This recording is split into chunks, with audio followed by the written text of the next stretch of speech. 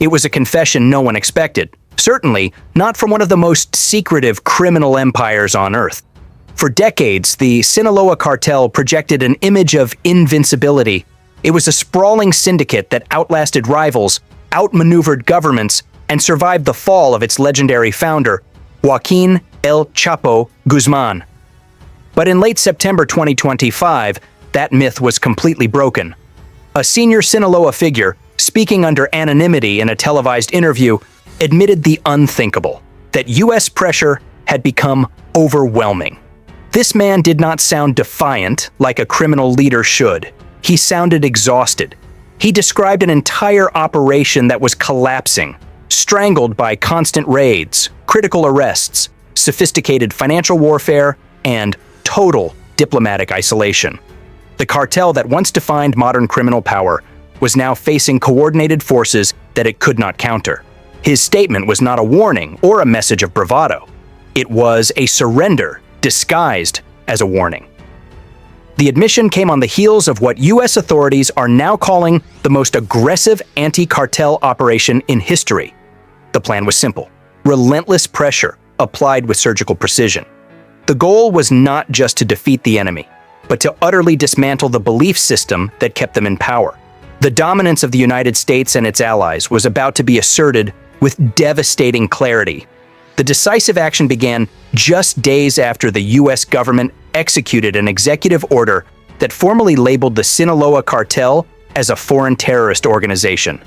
This was a strategic political earthquake with immediate and punishing consequences. Overnight, the cartel was no longer just a criminal enterprise. It was now viewed as a global terror network, falling under the same legal framework as groups like ISIS or Al-Qaeda. This classification instantly changed the rules of engagement.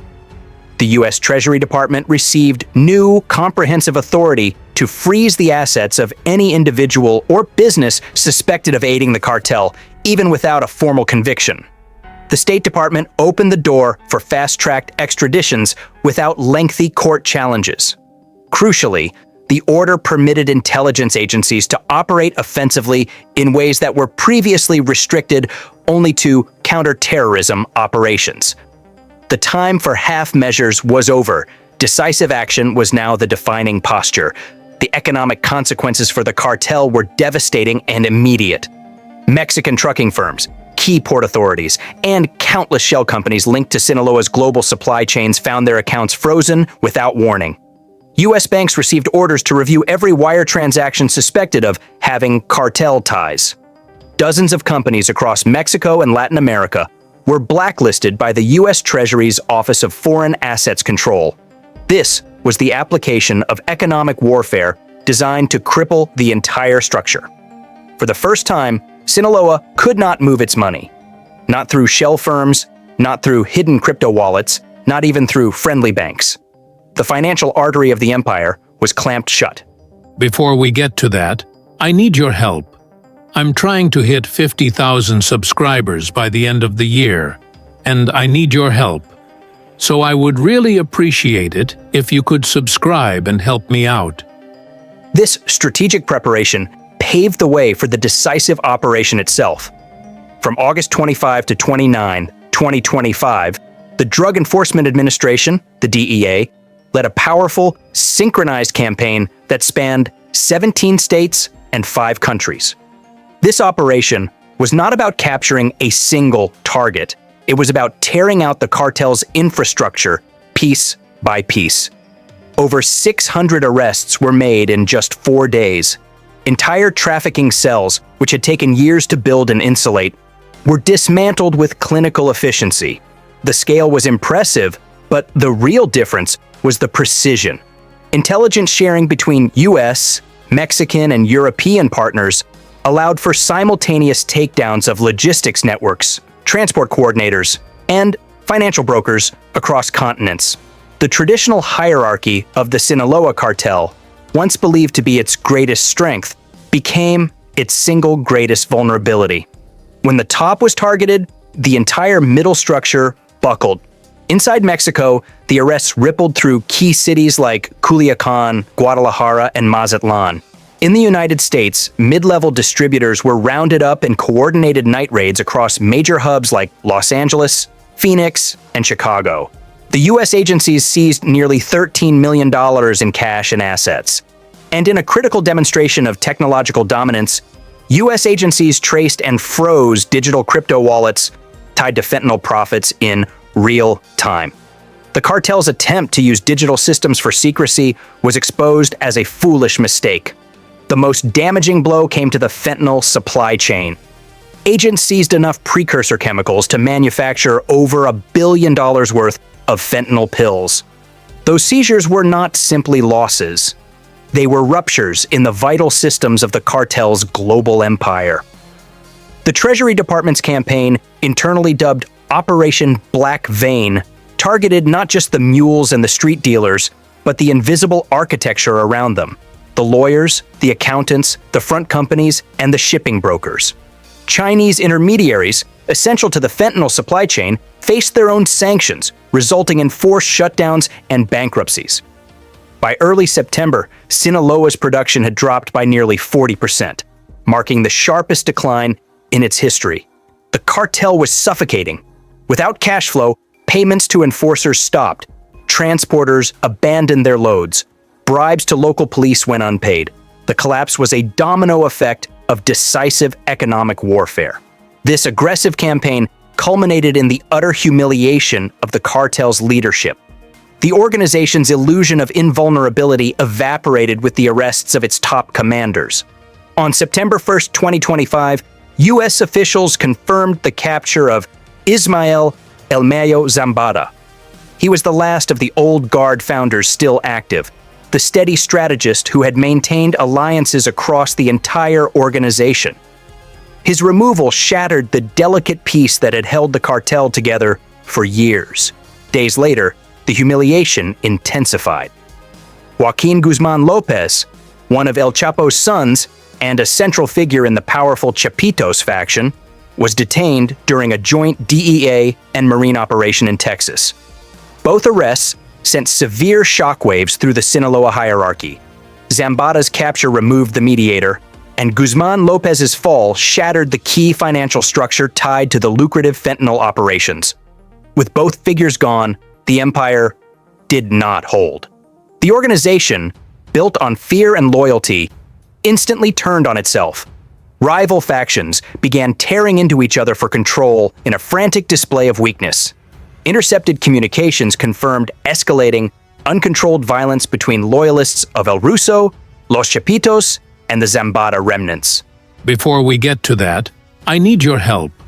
I'm trying to hit 50,000 subscribers by the end of the year, and I need your help. So I would really appreciate it if you could subscribe and help me out. Local officials described scenes of open warfare in rural strongholds that had been quiet for years. One Mexican security official summed up the utter exposure of weakness. There's no leadership now. It's like the oxygen has been sucked out of the organization. This chaos and total lack of control set the stage for the most significant event of all, the public admission of defeat. The anonymous figure, identified only as a senior logistics coordinator, appeared via an encrypted video call. He did not offer propaganda or speak in riddles. He spoke with raw resignation. His words laid bare the complete dominance achieved by U.S. and allied forces. The pressure is unbearable. We cannot move. Every route is watched. Every account is frozen. Every man we trust is gone or being hunted. He explained that morale inside the cartel had completely collapsed. The young members, once eager for money and status, were fleeing. Some were seeking deals with U.S. authorities, while others disappeared entirely. Recruiters could no longer promise money or safety. The man said the entire structure was finished. He warned that continuing to operate was a death sentence and urged young Mexicans to stay away from the business. For an operative of the Sinaloa Cartel to publicly admit this, even anonymously, was unprecedented. Criminal organizations rarely acknowledge defeat. Their power is built on perception, on the illusion of absolute control, and the myth of invincibility. This confession was the final, devastating breach of that armor. It was a moment of human weakness in an organization built entirely on the denial of it. The confession acted as a psychological detonator. It was confirmation from the inside that the myth of Sinaloa's immunity was dead.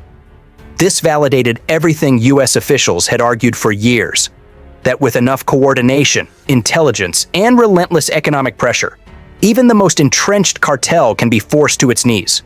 The constant displacement, paranoia, and loss of leadership had corroded the group's collective will. Washington's overarching strategy had shifted from merely chasing shipments to strategic suffocation. Intelligence agencies used financial tracking, drone surveillance, and AI-driven logistics mapping to systematically cut off every escape route. The terror designation created a diplomatic firewall. Countries that once hesitated to cooperate now had no choice. European banks closed suspected accounts overnight. Even Mexico's administration, under trade pressure, began authorizing extraditions without delay. The anonymous figure confirmed this comprehensive isolation. You can't trust anyone now. Even Mexico isn't safe for us. The money doesn't move, and the people disappear. This was the sound of a pressure cage closing. Inside Sinaloa's remaining strongholds, fear became the new and only currency. Locals reported ghost towns in once bustling production zones. The DEA's relentless campaign had achieved something that years of previous conflict could not: silence. There were no more parades of armored trucks, no public displays of power, only fear and desertion. Former lieutenants, sensing the inevitable collapse, began reaching out to U.S. intermediaries and seeking deals. Analysts estimated that as many as 30 mid-level figures had either surrendered or vanished since the start of September. The cartel's communication lines fractured entirely. Rival factions turned inward, and escalating violence was quickly replaced by a sense of confusion and retreat. The insider's words captured this state of chaos. Everyone's running. There's no order, no future. The Americans broke the circle. The humiliation was immediately exploited by external rivals. The Jalisco New Generation Cartel, the CJNG, sensed blood in the water. While Sinaloa tore itself apart, CJNG moved like a shark circling wounded prey.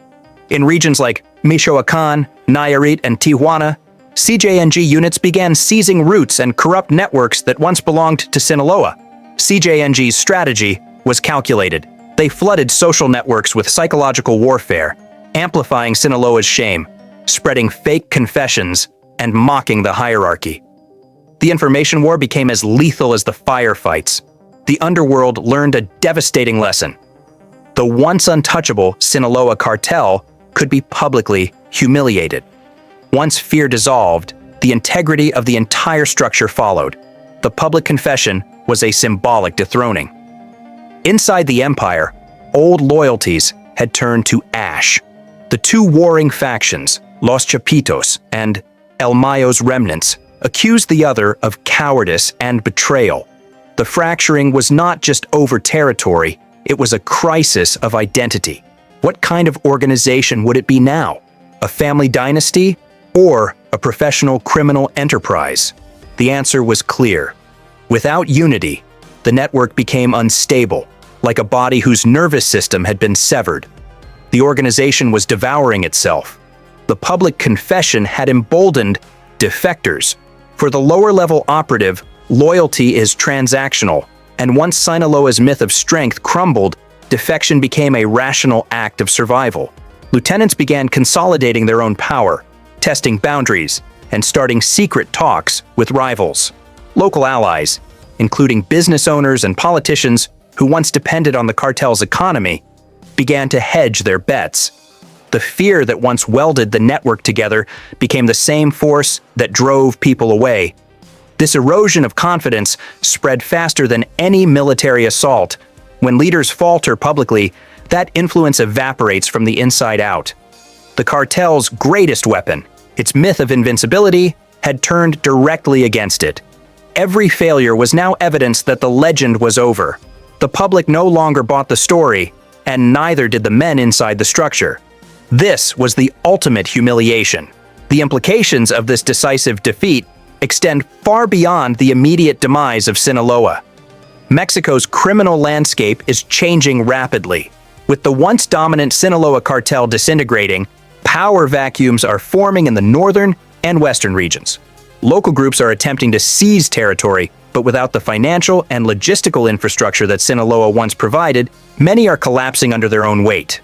This is the brief window where a crumbling empire can finally be dismantled by the state. For the United States, the success of this campaign is a clear validation that intelligence-driven enforcement can deliver strategic results.